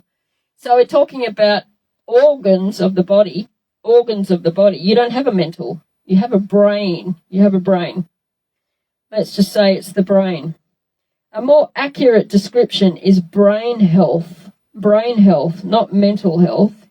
You don't have a mental, do you? You don't have a mental. You have a brain. You have a brain, heart, and soul. Humans don't have a mind outside of the brain. It literally is the brain. So in terms of organs of the body, you have a brain, you have a heart, but you don't have a mental. It's not an organ of the body. It doesn't exist. It's just a stupid, dumb word. It's a stupid word. It should be brain health. Humans don't have a mind outside of the brain. It literally is the brain. But psychiatrists don't treat the brain, heart, and soul. They treat highly defamatory, subjective, invented labels, not based in human biology or any other objective testing. Many Google sources claim mental health is, quote, a state of mental well-being that enables people to cope with the stresses of life, realize their abilities, learn well and work well, and contribute to their community, unquote. This is 100% a subjective sociological definition. It's not medical or biological. That definition is not talking about the brain, is it? It's not talking about the brain. This is 100% a subjective sociological definition, not medical or biological. It's more of a survival of the fittest attitude. Google sources claim, quote, mental illness is, quote, this is what they say, also called mental health disorders, refers to a wide range of mental health conditions, disorders that affect your mood, thinking, and behaviour, unquote. Once again, this definition is 100% a subjective sociological definition, not medical, nor based in objective biological reality and testing. That definition is not talking about the brain, is it? Likewise, the term mental disorder is 100% subjective. It's subjective. It's 100% subjective, fake, and fraud. The word disorder means confusion. The word confusion is 100% subjective, not biological nor medical. All psychiatrists will admit they cannot explain what causes their subjective, erroneous, made-up concept, mental illness. If you can't explain how a concept exists, how can anyone accept it as fact, truth, or reality?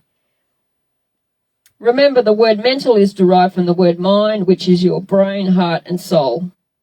Humans are 100% entitled to their own thoughts, feelings, emotions, behaviours, views, experiences, imagination emanating from their brain, heart, and soul without being subjectively labelled as disorders, diseases, or illnesses. The human brain has great capacity for thinking, imagination, creativity. This is very normal.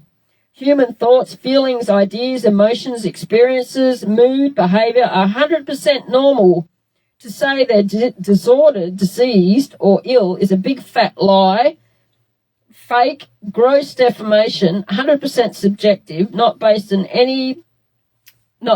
objective biological reality or testing, and has resulted in some of the worst types of abuses and violence perpetuated on the human race.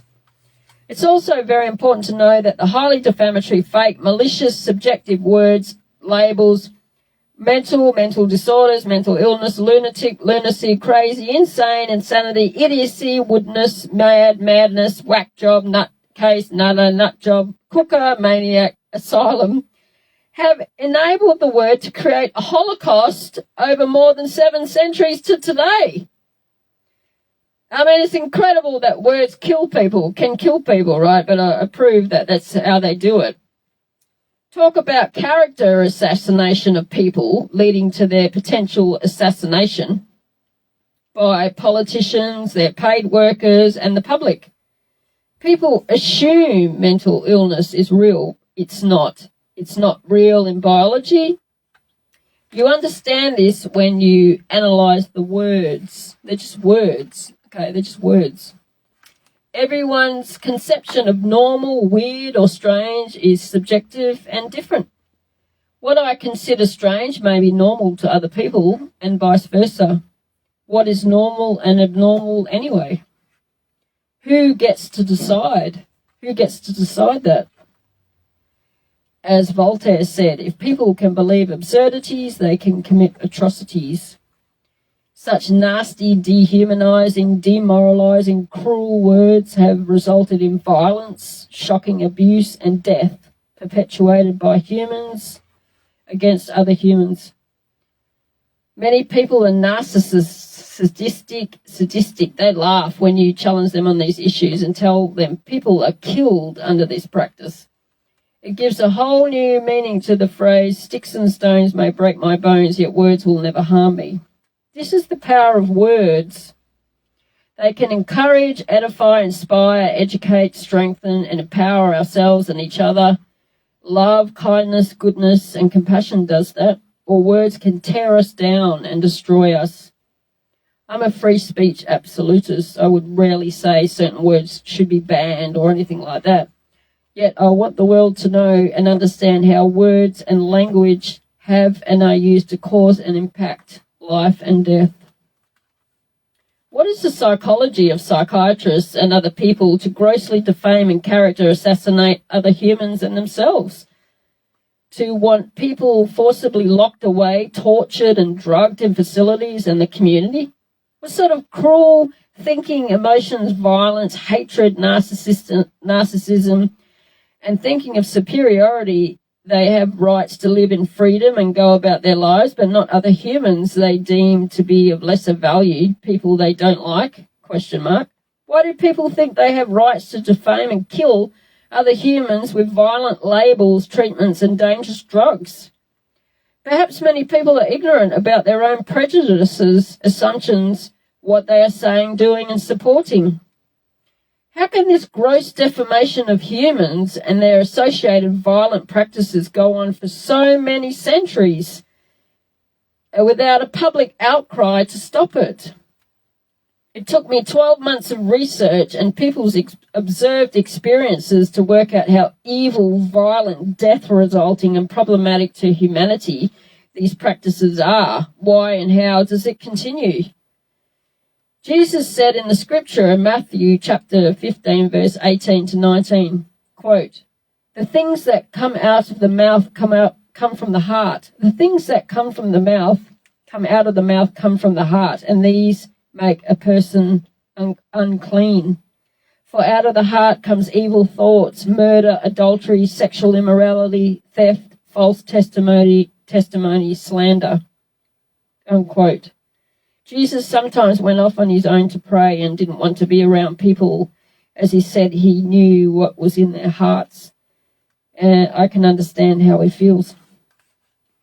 If you analyse it from society's perspective, if society believes the horrible, malicious, defamatory lies that people are sick or crazy or inferior, society won't and doesn't care if politicians and their paid workers kill those types of people.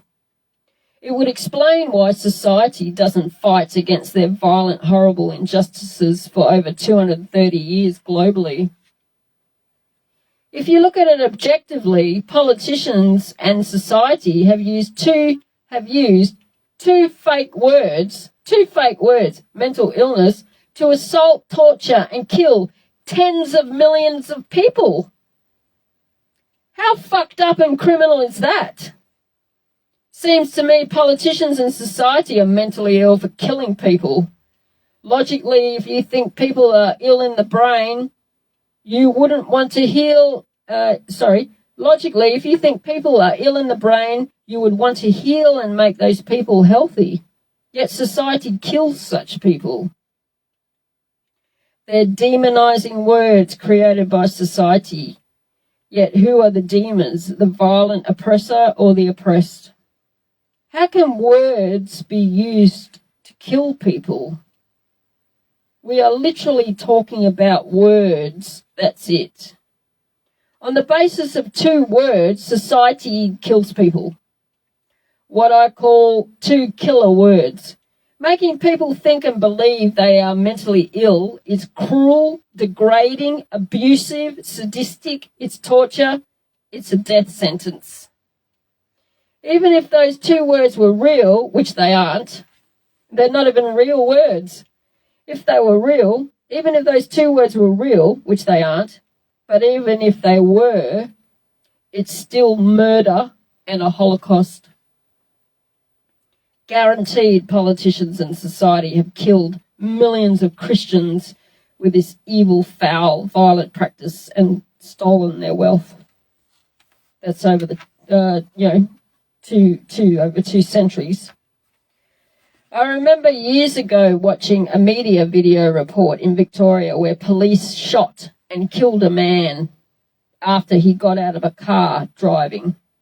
According to the report, they shot a, quote, mentally ill man. I recall a man commented, quote, "It's better to kill a mentally ill person than a normal person get killed." That's what the man said. He said, I'll say that again. The man commented, "It's better to kill a mentally ill person than a normal person get killed." Just let that sink in for a minute, okay? I replied, my comment was, "What? They killed a man in cold blood. And because you think there is something wrong with this man, it's justified to kill him?" It's justified to kill him, ? So a normal person gets to kill another person because the normal people put two words on them, a label. Is this how society thinks? That it's acceptable and normal and sane for government people to kill people with the needle and the gun. Doesn't seem normal and sane to me. It's incredibly abnormal and insane, don't you think? Isn't that cold-blooded murder for two words for an alleged health issue? For two words for an alleged health issue, it's fake, yet for an alleged health issue, government workers and society can shoot people dead and kill them with dangerous drug injections. Real doctors don't imprison, restrain and kill people. Psychiatrists do. There are plenty of cases like this in Australia where police shoot people dead and the media article says they were, quote, mentally ill, trying to justify it. Wow, Voltaire is right. Absurdities make people commit atrocities. People are evil or good, that's it. They're evil or they're good. There's no mental illness, it's fake bullshit.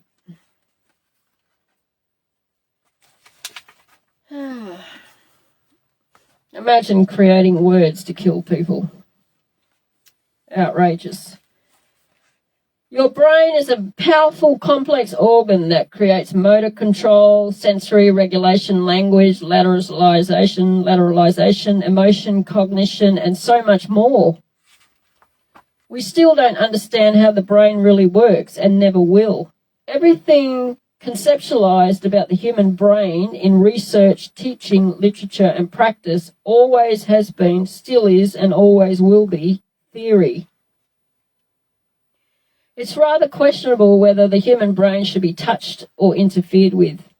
Neurologists and neurosurgeons and other medical specialists use invented medical or biological tests such as CT scan, electroencephalogram, EEG, MRI, electrodiagnostic tests, electromyography, EMG, nerve conduction velocity, NCV, positron emission tomography,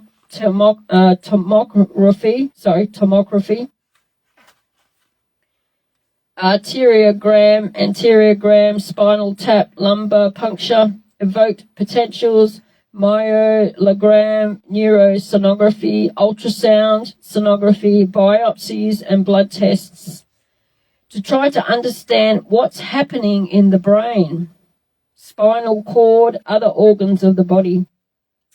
Neurologists claim they can detect brain cancer or tumours while admitting they can't adequately explain how healthy cells turn cancerous or what causes it.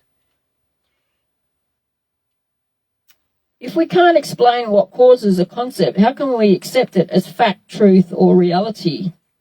Yet they will cut a hole in the skull, surgically remove cells from the brain, usually while the patient is awake. To me, this process seems dubious and somewhat dangerous.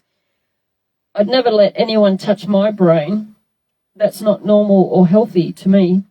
However, neurologists claim to be experts on the brain, unlike psychiatrists who are experts in their own subjective fake labels and destroying human life. The human brain is 100% organic. It's why it's covered with a hard skull to protect it. The YHWH code claims human DNA is composed of 4 elements, hydrogen, nitrogen, oxygen, carbon. When put together form YHWG. Carbon is what makes us physical and earthly beings. When carbon is replaced with nitrogen, we have all colourless, odourless and visible gases.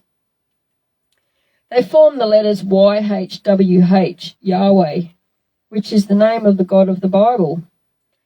Some researchers claim brain cells have natural neurotransmitters and hormones such as dopamine, serotonin, oxytocin, endorphin to help your brain understand, evaluate and communicate human experiences. Some researchers use the term chemical or natural chemical in the brain.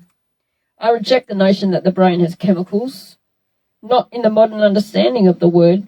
First recorded in English in the 1500s, the word chemical, along with related terms like chemic and chemistry, is derived from the Latin word alchemicus and alchemy, a mix of Arabic and Greek sources. The word alchemy is a form of chemistry and speculative philosophy practiced in the Middle Ages and concerned principally with discovering methods for transmuting baser metals into gold and with finding a universal solvent and elixir of life. The Greek word for chemical is chemia, various spellings, means to pour together, is the science of matter at the atomic to molecular scale, dealing primarily with collections of atoms such as molecules, crystals, and metals. What does this have to do with the human brain, which is organic? Nothing. Many psychiatrists erroneously claim the brain has a chemical imbalance they treat with their dangerous drugs after subjectively falsely labelling humans with an untested disorder. How would they know? They don't do any objective or biological testing on the brain. They never have. They just make shit up. They always have. Their chemical imbalance theory is 100% lies, false, fake, and fraud. And then I go through quoting Joanna Moncrieff, MD, is a professor of critical and social psychiatry at the University College of London. She works as a consultant psychiatrist at the North East London Foundation Trust. She's written about the overuse and misrepresentation of psychiatric drugs since the 1990s and has also researched and written about the history, politics, and philosophy of psychiatry more generally. She is currently leading UK government-funded research on reducing and discontinuing antipsychotic drug treatment, the RADAR study, and collaborating on a study to support antidepressant discontinuation. In the 1990s, she co-founded the Critical Psychiatry Network to link up with other like-minded psychiatrists. She is the author of numerous papers, and her books include A Straight-Talking Introduction to Psychiatric Drugs, 2nd edition, PCCS Books, published September 2020, as well as The Bitterest Pills, The Troubling Story of Antipsychotic Drugs, 2013, The Myth of the Chemical Cure, 2009, Palgrave Macmillan.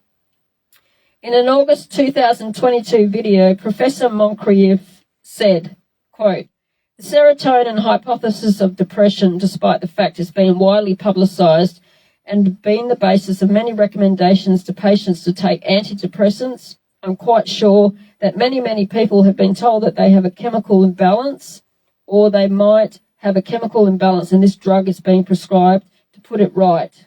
Despite that, there really is no evidence that there are serotonin abnormalities in people with depression.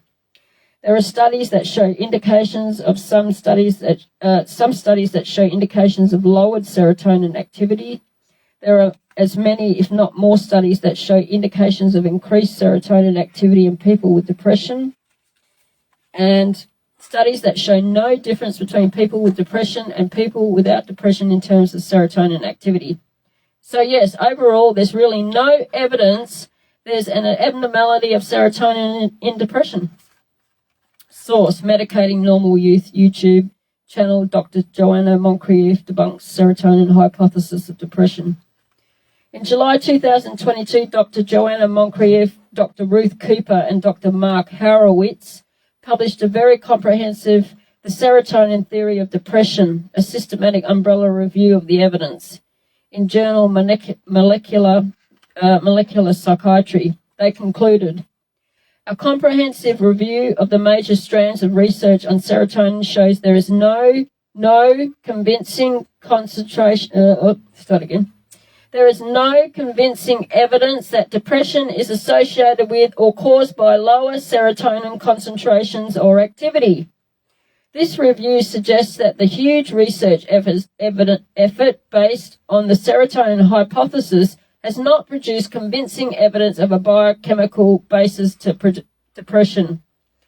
This is consistent with research on many other biological markers. We suggest it is time to acknowledge that the serotonin theory of depression is not empirically substantiated. Some psychiatrists outrageously falsely claim over 1 billion of the world's population is mentally ill, when the reality is no human is mentally ill. Even if their concept of mental illness was real, which it isn't, psychiatrists and their predecessors have assaulted, tortured, and killed millions of people worldwide with their violent practices and dangerous drugs. In some nations for more than 7 centuries, creating a holocaust, so their vile practice has to be abolished. And then a huge range of psychiatrists and other professionals give evidence in the 2006 CCH documentary, Psychiatry Industry of Death.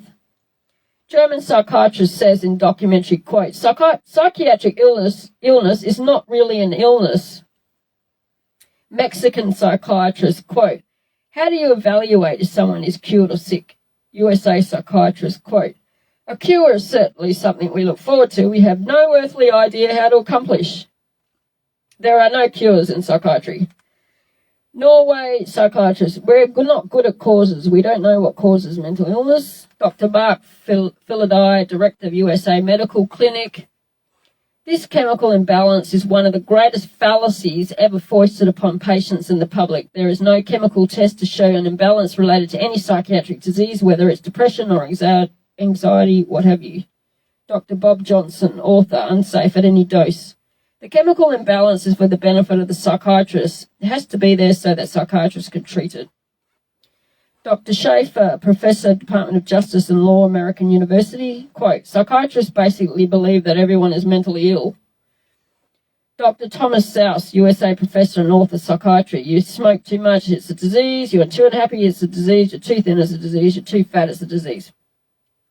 Dr. Mark Philidai, director, USA Medical Clinic. Where are these labels coming from? These are coming from the minds of psychiatrists that dreaming these things up, writing papers and getting published with their names on it, creating these new diseases.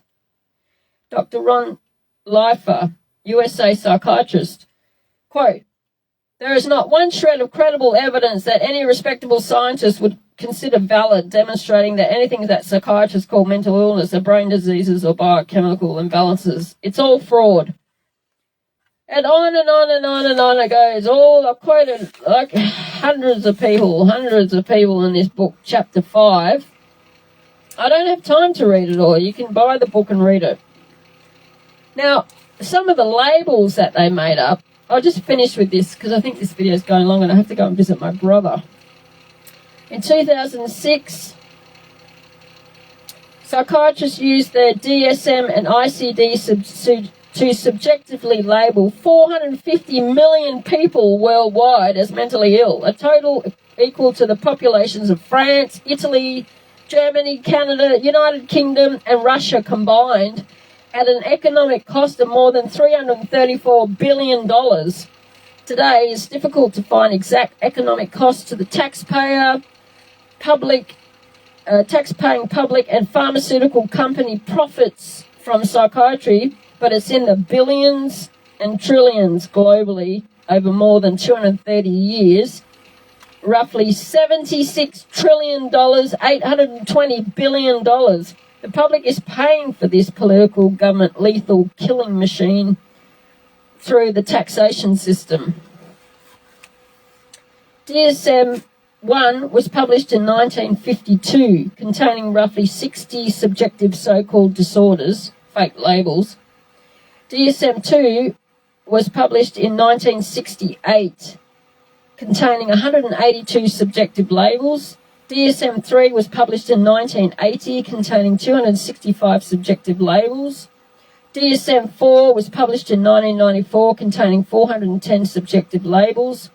Psychiatrists now use their Diagnostic and Statistical Manual of Mental Disorders, DSM, up to its 5th edition, originally published 2013, revised version published 2022, containing 425 subjective labels. One reference says DSM-5 has over 450 mental disorders. Every nation may as well burn it. It's a vile, foul book, 100% full of stigmatizing, defamatory, subjective lies and fake labels, not based in any objective medical or biological reality, assessment or testing of the brain, heart or soul. Every label in it's 100% subjectively invented. They make them up. They just make up words, just make them up. It's their subjective opinion of human functioning. It's fraud.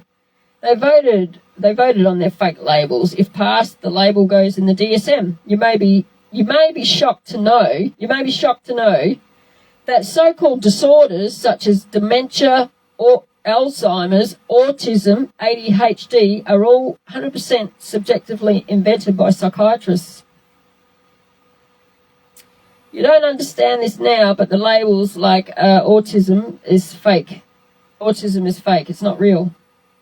And I proved it. I proved it in this book. I'll tell you how. They're not based on objective. They're subjectively, 100% subjectively invented by psychiatrists, not based on objective medical or biological reality assessment and testing of the brain. Yet their subjective labelling of these concepts, they're killing the human brain. They're killing the human brain, heart, body with psychiatric, psychotropic and pharmaceutical drugs, poisons, and their other violent treatments. The concept of depression is 100% subjective. The concept of depression is 100% subjective, not based in objective biological testing. You can't test if people have depression. Not biologically, you can't, because you don't know what's happening. You don't know what's happening in the brain. As a physical education teacher, I say when humans exercise, that releases endorphins in the brain. It helps the brain and body function better. Yet all psychiatric treatments destroy the brain and body. As a further example, all their other subjective labels, especially their concept, schizophrenia. Now, listen to this very carefully. Schizophrenia is fake. It's fake. It's just a word. A horrible, demonizing, horrible word that they have used to kill millions of people over the last 2 centuries. As a further example, all their other subjective labels, especially their concept, schizophrenia, is one of their most disgusting, stigmatizing, fraudulent, defamatory, subjective inventions, words used to assault, torture, sterilize, and kill millions of people globally for more than 230 years.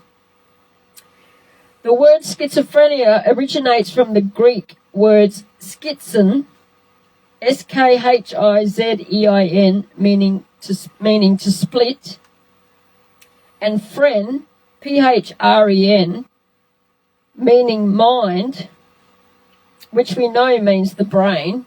It means the brain, heart, or soul. The word itself is fake, fraud.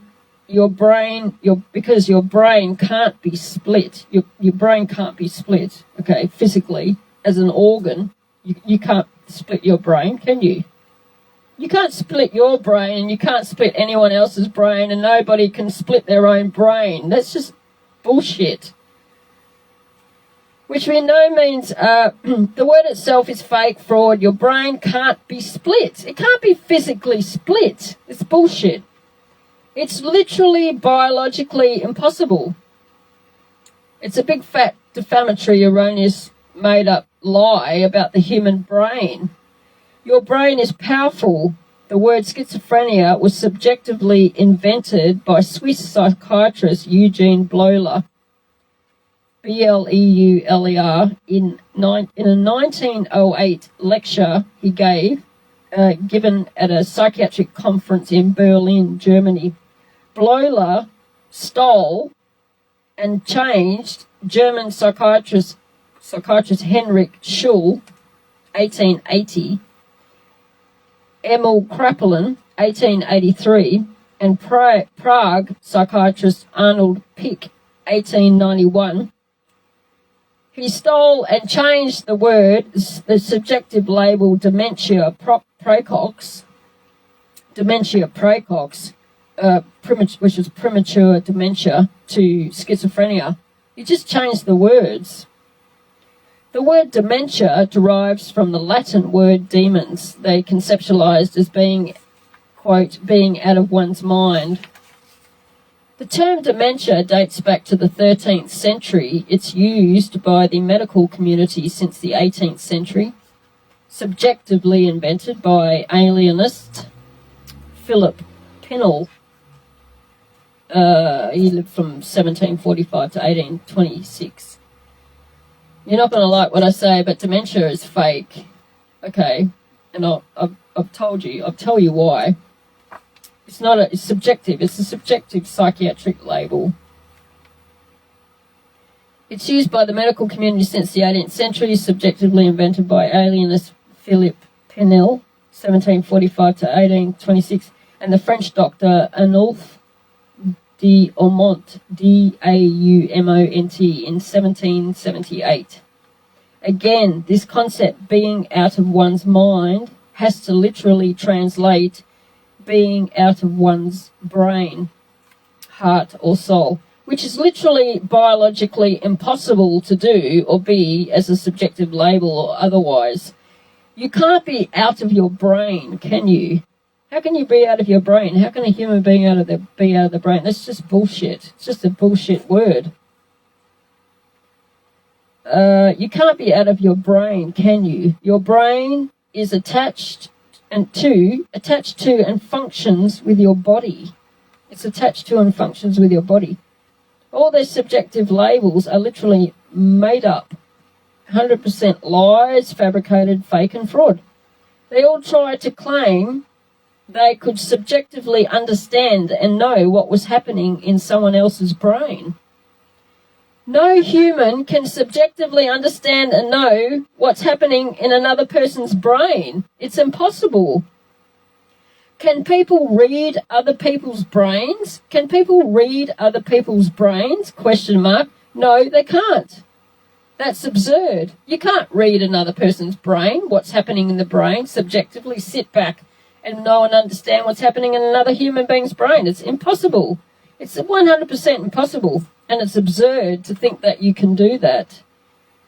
The old saying, I'm not a mind reader, is true. The word mind just is brain. It's a stupid word, the word mind. It's the word that, as in terms of organs in the body, it just means your brain.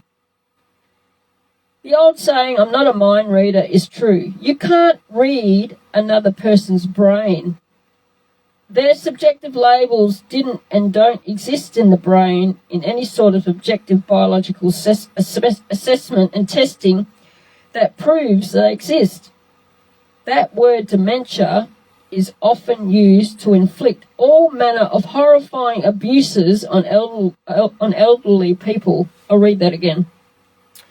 That subjective label or word dementia is often used to inflict all manner of horrifying abuses on elderly people. From the start, they've mostly violently destroyed the brain, heart, body, and human life with their subjective labels and treatments. This is a major reason why psychiatry deserves to be abolished worldwide. The same Swiss psychiatrist, Eugene Bleuler, also subjectively made up the label autism as well. In 1911. It's the same one. He made up the word autism in 1911. Same man. It's never has been based in any biological reality and objective medical assessment and testing of the brain. It's fraud. It doesn't exist. Autism doesn't exist. It's fake. It's a dumb word made up by a psychiatrist who made up the same stupid fucking word, schizophrenia. It's just horrible, horrible words that they make up. They're made up by psychiatrists. If you knew that, would you label your child as autistic? Or would you say they have autism, knowing that it's just a bullshit word that made up by psychiatrists in the early 1900s? You wouldn't even accept that. You wouldn't accept that as real and true. It's never has been based in any biological reality and objective medical assessment and testing of the brain. It's fraud. It doesn't exist. Just like ADHD is fraud. People like to defame, label and drug children and adults because it's easy and profitable. It's incredibly big business, organised crime, killing children and adults with psychiatric drugs. Prominent USA child psychiatrist Leon Eisenberg, who was born in 1922, confessed 7 months before his death in 2009, quote, ADHD is a prime example of a fictitious disease. Fictitious disease. If parents researched where these subjective labels came from, most wouldn't allow their children to be anywhere near them. Bloler also, this is Eugene Bloler, also advocated for and practiced forced sterilisation eugenics of people he subjectively defamed, labelled as schizophrenia, proving he wanted to wipe out and kill off people he deemed inferior. Bloler was a colleague of psychiatrist Ernst Rudin, that Nazi psychiatric killer. Bloler was a colleague of psychiatrist Ernst Rudin, who later, I discuss, was an architect of the German Holocaust during the Second World War. British psychiatrist Laura Wing, in 1981, made up the fake autism label Asperger's syndrome. She named it after Austrian psychiatrist and paediatrician Hans Asperger, who lived from 1906 to 1980. Did you know Asperger's syndrome is named after a murdering psychiatrist? I bet you didn't know that. I'll say that again. She named it after Austrian psychiatrist and paediatrician Hans Asperger. Asperger.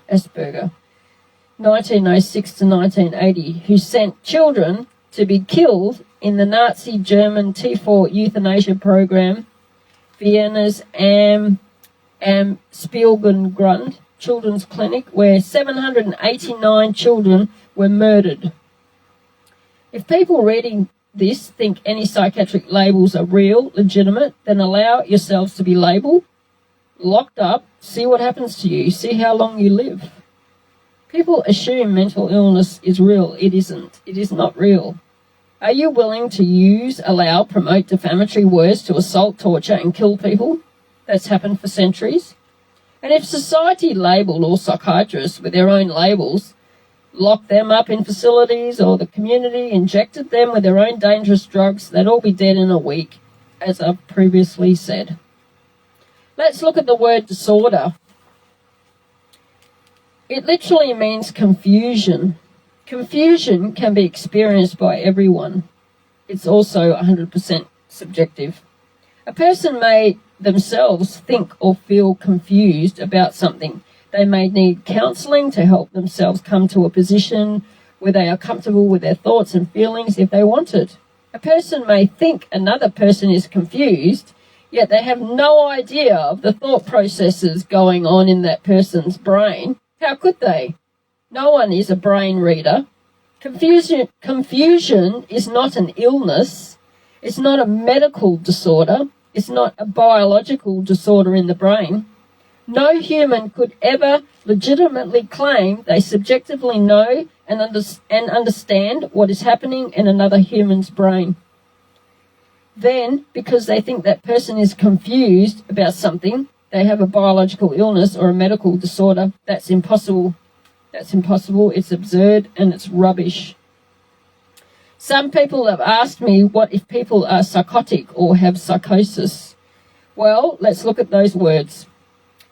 An Austrian doctor, Ernst von Frukensleben, made up the term psychotic in 1845 in place of defamatory terms insanity and mania. The words psychotic and psychosis originate in the Greek psyche, which we know means soul or mind, which is the brain in terms of an organ, and osis, meaning abnormal condition. We know the soul cannot be controlled, manipulated, disordered, diseased, or corrupted by humans' opinion of another person. Again, these words are 100% subjective. What is abnormal to one human is normal to another. Google sources say the word psychotic is a person suffering from psychosis. A person's thoughts and perceptions are disruptive, delusions, hallucinations, or any mental state that includes a loss of reality. Again, this is 100% subjective, not medical or biological in the brain as any sort of disorder. How can any human conceptualize, control, know and understand reality in another human's brain? Question mark. No one can do that. No one can do that. That's not possible. The concept reality is objective. The concept reality is objective, but it's also 100% subjective. What is real to one human may not be real to another. Who decides?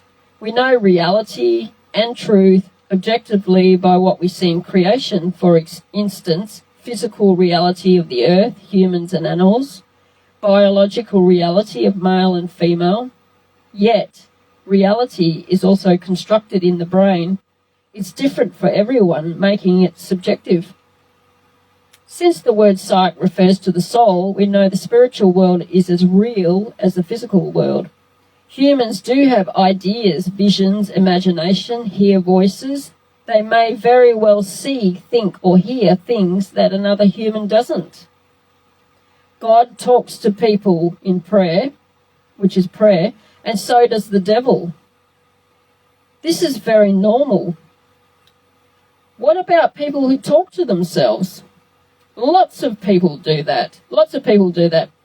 It's very normal to verbalize your thoughts and feelings. It's simply communication, speaking out loud. I'm sure many brilliant people throughout history spoke their thoughts and feelings out loud. Who are people to judge another person's brain, thoughts, feelings, ideas, imagination, and experiences?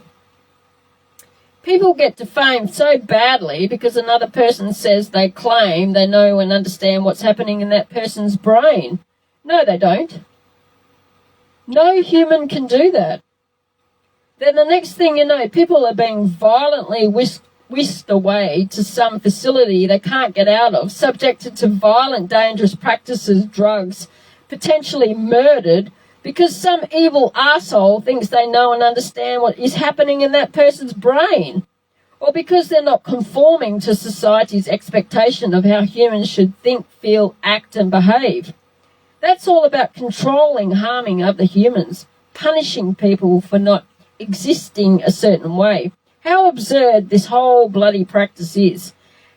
And the world has gone along with it for centuries. Incredulous. What if a person is being violent, attacking someone? Everyone has rights to defend themselves, Self-defense laws should be strong.